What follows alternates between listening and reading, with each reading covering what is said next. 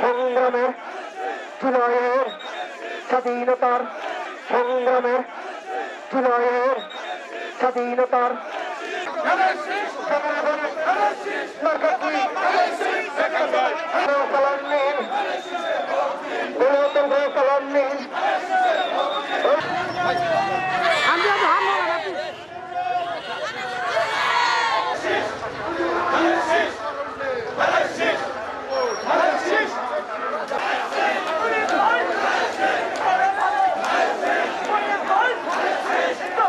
পঞ্চপুকুর কচুকাটা এই পৌরসভায়